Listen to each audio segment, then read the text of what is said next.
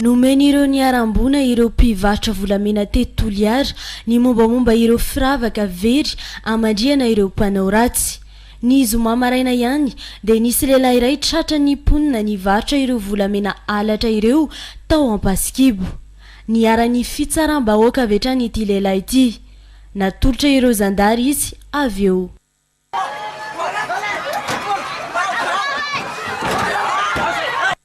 Ny ao Amborogony zany atreo zay nanana fo ihany satria nisy namandreo zay voatifitra tamin'ny alina. Kanefa moa izy ireo rehefa tonga ny fampiresahana dia nanaiky zareo satria tsy hitany marina raha ohatra ka hiditra amin'izay fitsaram-bahoaka zay. Mila manao vaksiny anareo, mila manao vaksiny sika. Mahatratra 100 taona isan'andro ny fako mivangongo eto an-drenivohitra Toamasina ankehitriny. Inona ho tafiakatra ho roa avoeny zany amin'ny volana Novambra sy Desambra ho avy izao amin'ny fiakaran'ny vokatra letsia sy fety ny faran'ny taona raha tsy misy ny fandraisana andraikitra. Ny commune urbaine no tompona andraikitra amin'ny fanalana ny fako eto an-drenivohitra Toamasina. Misedra olana nefa izy ireo eo amin'ny lafiny arabola, teknika ary ara-pitaovana izay tokony analana ny fako ara-potoana.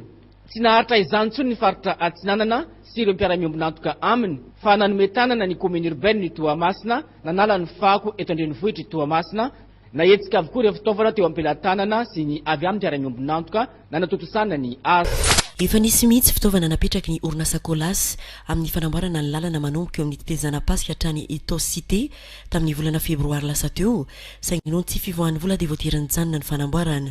Ny ministera ny asa vaventy ihany koa no tokony amoaka ny teti-bola amin'ny fanamboarana ny lalana, saingy tsy mbola mivoaka ny vola. Efa nisy orinasa iray indray nandray an-tanana ny asa ihany koa nanomboka ny volana Jona, saingy voateran'ny ny asa noho tsy fisian'ny vola. Ny entreprise nanao an'ity teo zany dia natsony izy hoe anao an'ity fa misy contrat atao. Tsy netony sy niavin'ny travaux publics mihitsy ny contrat fa ny tenako no mba nangataka mba niangavy ny entreprise io mba hanamboatra an'le lalana. Kiasa fanitarana ny lalana eto an-drenivohitra atomboka amin'ny Henri Fraise Ankorondrano sy Analakely amin'ny boriboritany voalohany izany hoe miainga eto amin'ny Henri Fraise Ankorondrano hatreny amin'ny la rotonde Besarety ary avy eto amin'ny boriboritany voalohany hatreny amin'ny fivarotam-panafody ampitan'ny Malakamo. Analefahana ny fitohanan'ny fiara ny tanjona. Araka izany atao amin'ny alina ny fanitarana sy ny fanamboarana raha ny loharanom-baovao azo. Tsy maintsy isy vokatra izany ny fandravana ireo mpivarotra madinika sy trano lehibe izay tsy nanaraka ny fepetriny alignement ary tamboho maromaro no voakasika izany. Fandrefesana sy fametrahana marika ny trano ihany hatreto no nataon'ny commune. Tsy mbola nisy fampahafantarana ny fiatombohan'ny asa, ny faharetany, ny fepetra tokony ho raisina sy ny sisa. Deona nekern'olona zany tsy miteny tsisy fandranesana tsisy iny.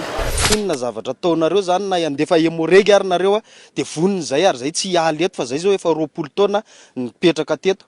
Ka noho izany tsy hananjo maty dia tsy manaiky an'izany mihitsy zahay. En plus n'izay zany tsy misy mihitsy zany fifanarahana eo amin'ny mpivarotra na eo amin'ireo mpitondra ireo zany hoe ary mbola tsisy préavis mihitsy fa tonga dia hoe hoavy zay ataona io.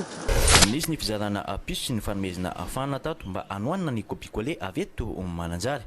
Orakoraka trano no nataon'ireo mpanona isaky ny miasetitra ny kopikole wili avy eto Mananjary.